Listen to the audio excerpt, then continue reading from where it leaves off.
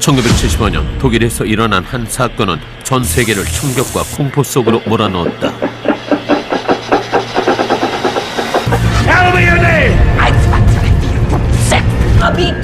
여자는 자신의 이름 대신 의문의 숫자 6을 말하는데 그것은 바로 몸속에 깃든 악령의 숫자였다.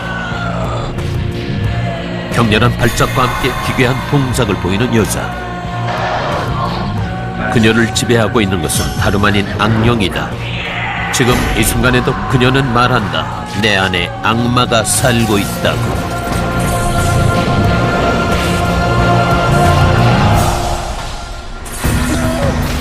옛날부터 인간에게 귀신은 공포의 대상, 쫓아내야 할 존재로 인식됐으며 퇴마사는 몸 안에 들어가 있는 귀신을 물리치는 사람으로 악마가 지상에서 가장 두려워하는 존재로 알려져 왔다.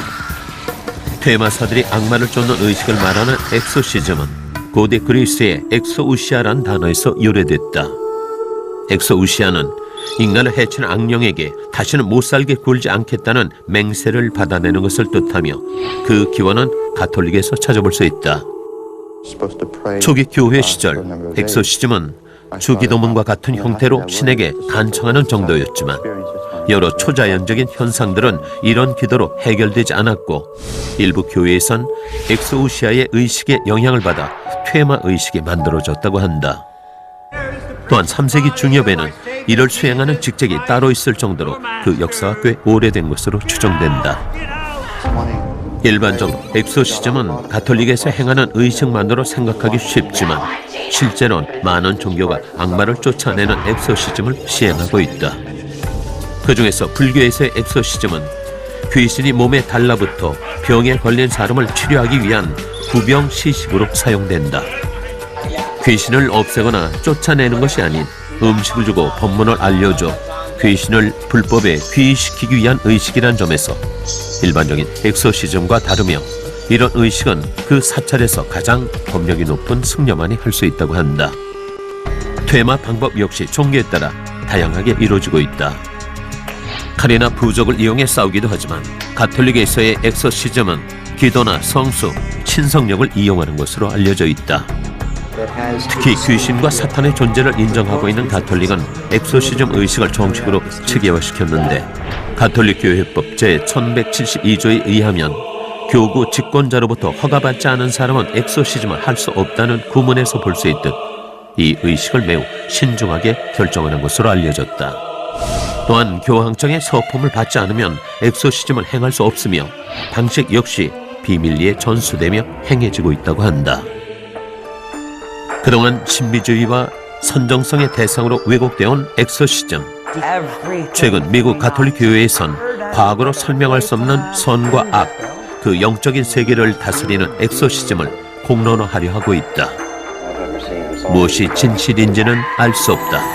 하지만 인간의 나약한 내면을 지배한 악령에게 대항할 수 있는 유일한 사람은 퇴마사이며 지금까지도 그들의 존재를 완전히 부정할 수만은 없다는 것이다.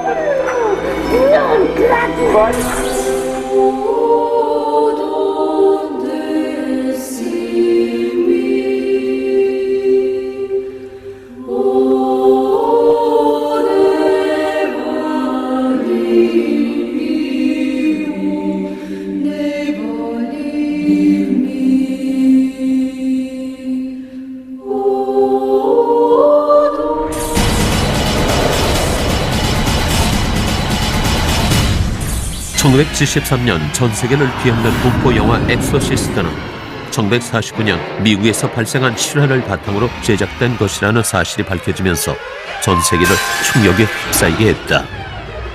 사건은 1949년 8월 어느 날 워싱턴 포스트에 신부 악마에게 사로잡힌 소년을 해방하다라는 헤드라인이 실리면서 사람들에게 알려지기 시작했다. 1936년 미국 동부 메릴랜드의 루터교 집안에서 태어난 로비는 숙모인 해리엇에게 많은 영향을 받았는데 영적인 능력을 가진 해리엇은 로비에게 점괘판을 보는 법을 가르쳐줬다고 한다. 1949년 해리엇이 세상을 떠난 후 로비는 점괘판을 통해 해리엇의 영혼과 접촉하려고 시도했다. 하지만 이것이 사건의 발단이었다. 루비에게 믿기 힘든 초자연적인 현상들이 일어나기 시작한 것이다. 집에서 이상한 소리가 났고 아무 이유 없이 탁자 위 물건이 떨어지는 등 폴터가이스트 현상이 일어났다. 처음 루비의 부모는 아들의 장난이라고 여겼지만 시간이 갈수록 사태의 심각성을 알았고 병원에 데려가 몇 차례 검사를 받았지만 아무 이상이 없었다. 결국 루비에게 일어나는 이상한 현상들이 가톨릭에 알려졌으며 몇몇 신부들은 악마의 소행이라 단정짓고 루비가 입원해 있던 알렉시안 브라더스 병원에서 엑소시즘을 시행하기로 한다. 퇴마의 과정은 힘겨웠다. 루비는 분노를 억제하지 못해 반종교적이고 외설적인 말들을 내뱉었고 폭력적인 행동에 신부들은 코뼈가 부러지기도 또 백반을 가까이 꿰매야 하는 상처를 입기도 했다. 그럼에도 몇 주에 걸쳐 30시간 넘게 엑소시즘을 진행했고 어느 순간부터 루비의 벤, 에빌, 헬과 같은 글씨가 나타났다고 한다. 5개월간의 사투 끝에 루비의 몸에선 정체불명의 커다란 소리가 빠져나갔고 이후 루비는 정상적인 삶을 살 수 있었다고 한다. 한편 당시 대학생이었던 윌리엄 피터 블레티는 이 사건에서 강한 인상을 받아 30년이 지난 1971년 마침내 소설로 완성했다. 엑소시즘 과정은 비숍 신부의 일기에 상세히 기록돼 있었지만 블레티는 그 일기를 보지 못했고 신문 기사를 참조한 뒤 얘기를 창작해냈다고 한다. 블레티의 소설 디 엑소시스트는 출판되자마자 베스트셀러로 등극했고 1973년 미국의 한 영화 제작사에 의해 영화화되면서 공전의 히트를 기록한다. 당시 그 영화 엑소시스트는 사건의 진위를 떠나 영향력도 대단했는데 한 명이던 미국의 공식 가톨릭 퇴마사가 10명으로 늘어났고 세계 각지에서 악령의 시였다고 생각하는 사람들이 나왔으며 그 중에는 영화를 본 것만으로 악령에 들렸다고 주장하는 사람들까지 등장했다고 한다. 하지만 엑소시즘이 모두 성공한 것은 아니다. 1960년대 독일을 경악하게 한 전대미문의 사건이 이를 말해준다. 바로 안넬리제 미켈 사건이다.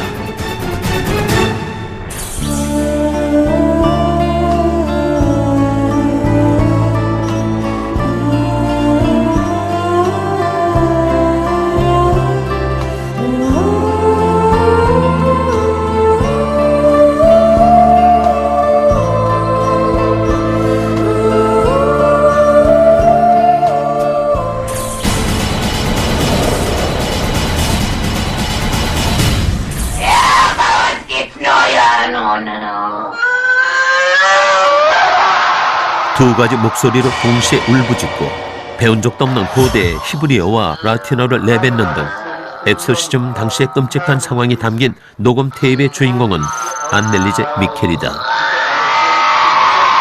독일 비르츠부르크 대학의 평범한 대학생이던 미켈은 언제부턴가 자신의 몸을 스스로 통제할 수 없음을 느끼는데 당시 상황에 대해 뉴욕타임즈는 이렇게 보도했다.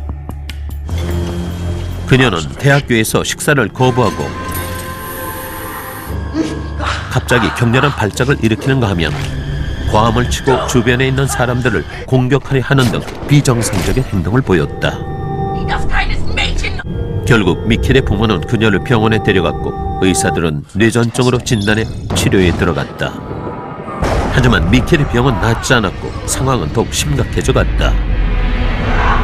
악마와 지옥에 관해 중얼거리며 십자가를 파괴하고 예수의 그림을 부수거나 묵절을 망가뜨리는 이상한 행동을 본 부모는 1973년 엑소시즘을 전수받은 에른스트 알트 신부를 찾아가 간곡하게 요청했다. 2년 동안 미켈의 모습을 지켜본 에른스트 신부는 악령이 미켈을 잠식하고 있다고 판단하고 주교에게 엑소시즘 허가증을 내달라고 부탁한다. 그리고 로마 가톨릭 교회의 규칙에 따라 주교의 허락을 받은 퇴마사 아르놀트 웬츠와 에른스트 알트 신부가 파견된다. 두 신부는 미켈의 몸에 들어간 악령을 쫓아내기 위해 퇴마 의식을 행한다. 초기에 미켈은 여러 명의 남자 목소리를 내고 괴력을 발휘하며 퇴마 의식을 거부하는 듯 보였다. 하지만 조금씩 호전을 보이는가 싶더니 어느 날 고열에 시달리다가 결국 사망에 이른다. 당시 언론에 공개된 미켈은 온갖 기괴한 상처로 가득한 끔찍한 모습에 몸무게는 32kg도 되지 않는 심각한 영양실조 상태였다. 조사 결과 퇴마 의식을 행한 신부와 미켈의 부모는 그 과정에서 가혹 행위를 벌였다는 혐의가 인정돼 정식 재판에 넘겨졌다. 이 사건은 종교적 의무와 의학적 의무 사이에 불분명한 경계를 드러낸 사건으로 법정 공방은 TV를 통해 독일 전역에 생중계될 정도로 초미의 관심을 불러일으켰다. 미켈의 사인을 두고 치료 가능한 질환을 사이비 요법으로 치료하느라 병을 방치해 죽음에 이르게 했다는 검사 측과 불가항력적이며 초자연적인 악마의 서행이라는 퇴마사 측이 치열한 법정 공방을 펼쳤다. 그 결과 1978년 4월 전 국민의 관심이 집중된 1심 선고 공판에서 법원은 두 퇴마사의 과실치사 혐의에 대한 유죄를 인정하고 6개월의 집행유예를 선고한다.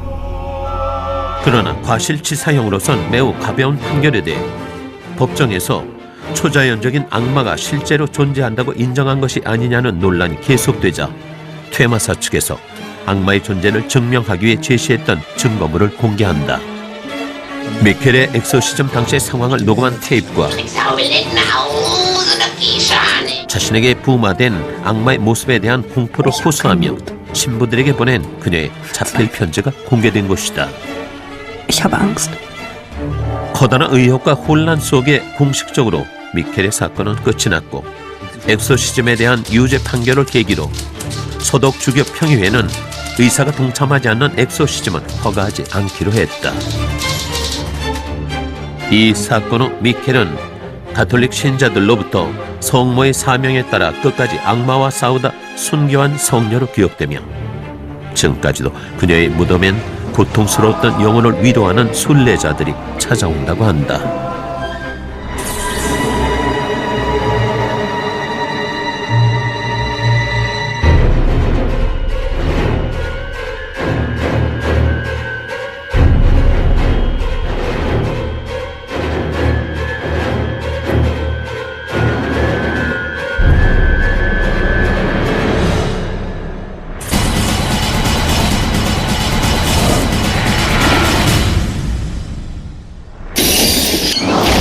가장 미스터리하고 강력한 실화를 바탕으로 만든 영화 아미트빌 호러와 컨저링.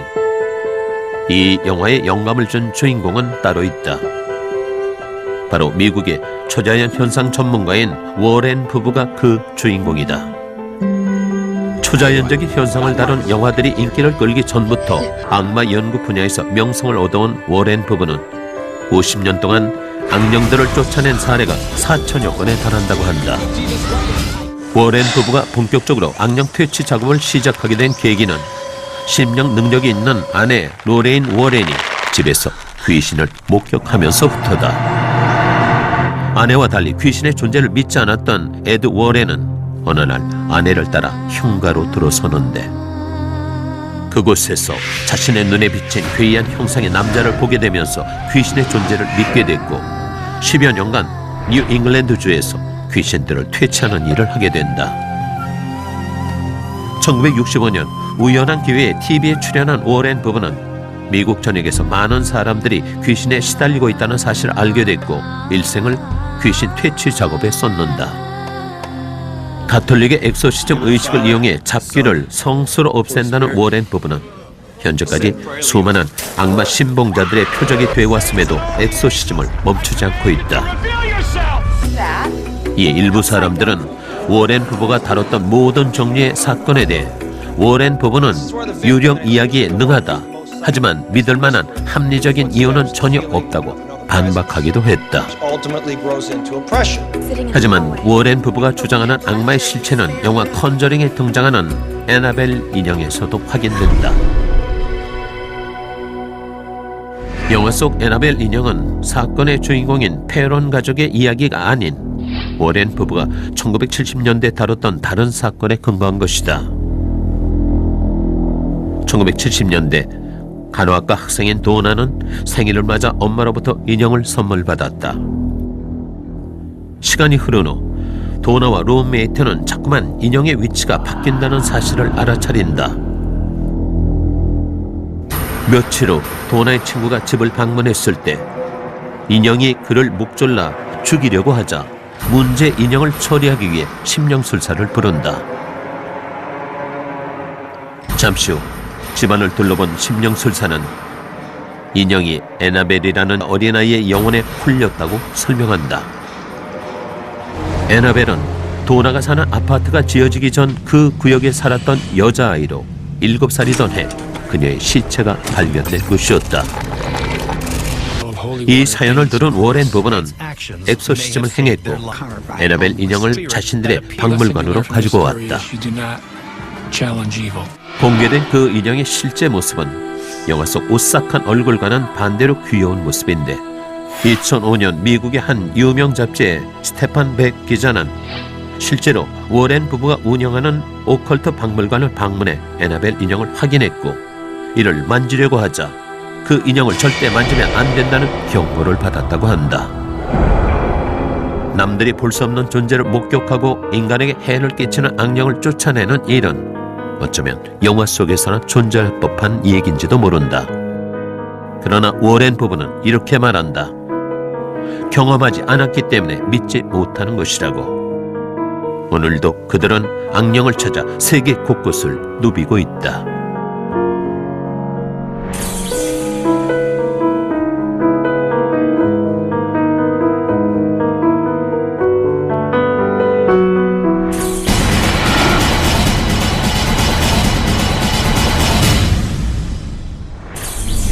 오래전부터 퇴마의식은 베일에 가려져 왔다. 악령에 의해 고통받는 사람들을 보호하기 위해 외부에 공개하지 않는다는 것이 그 이유다. 이에 정확한 현상을 경험하지 못한 사람들은 엑소시즘과 악령의 존재에 대해 끊임없이 의문을 제기해왔다. 하지만 엑소시즘을 허무맹랑한 얘기라고 말하는 사람들에게 가브리엘레 아모르트 신부는 퇴마의식을 하면서 악령에 들린 사람들이 토해낸 조각들을 공개했는데 그의 주머니에서 나온 것은 목과 유리조각, 손톱 등이었다. 아모르트 신부에 의하면 악령에 들린 사람들은 닥치는 대로 뭔가를 집어삼키려고 하거나 전혀 알 수 없는 외국어나 고대어를 구사하고 십자가 등 성스러운 물건에 대해 혐오감을 드러내며 이를 치유하기 위해 엑소시즘이 필요하다고 전했다. 그러나 의학계나 심리학계에선 악마가 들린 증상을 히스테리, 뇌전증, 다중인격 등으로 해석한다. 특히 뇌질환의 일종인 투렛 증후군을 빙의 현상으로 착각한다고 한다. 이런 논란에도 불구하고 오래전부터 엑소시즘의 공신력을 인정해온 로마 교황청은 사제들로 구성된 퇴마사 집단을 운영해왔다. 1999년엔 400년 만에 퇴마 예식서를 개정했고 2008년엔 악마와의 정면 승부를 선언하며 사제 수백 명을 퇴마사로 양성하는 계획을 마련하기도 했다. 최근엔 로마 교황청에 쏟아지는 퇴마 요청이 매달 1000여 건이나 되자 전문 퇴마사 양성 기관까지 생겼으며 의뢰가 급증하자 이탈리아와 스페인에서 18명의 퇴마 신부를 새롭게 채용했다고 한다.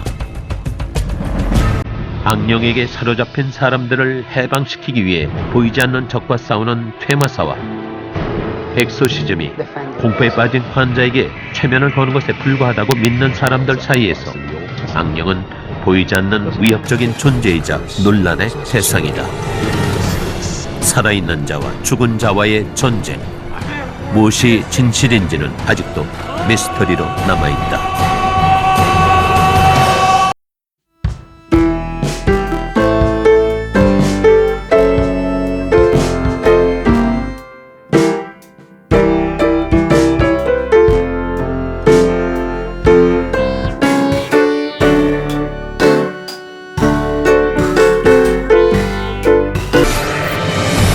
내 안에 살고 있는 악마의 존재를 밝혀내고 이를 쫓아내는 퇴마사.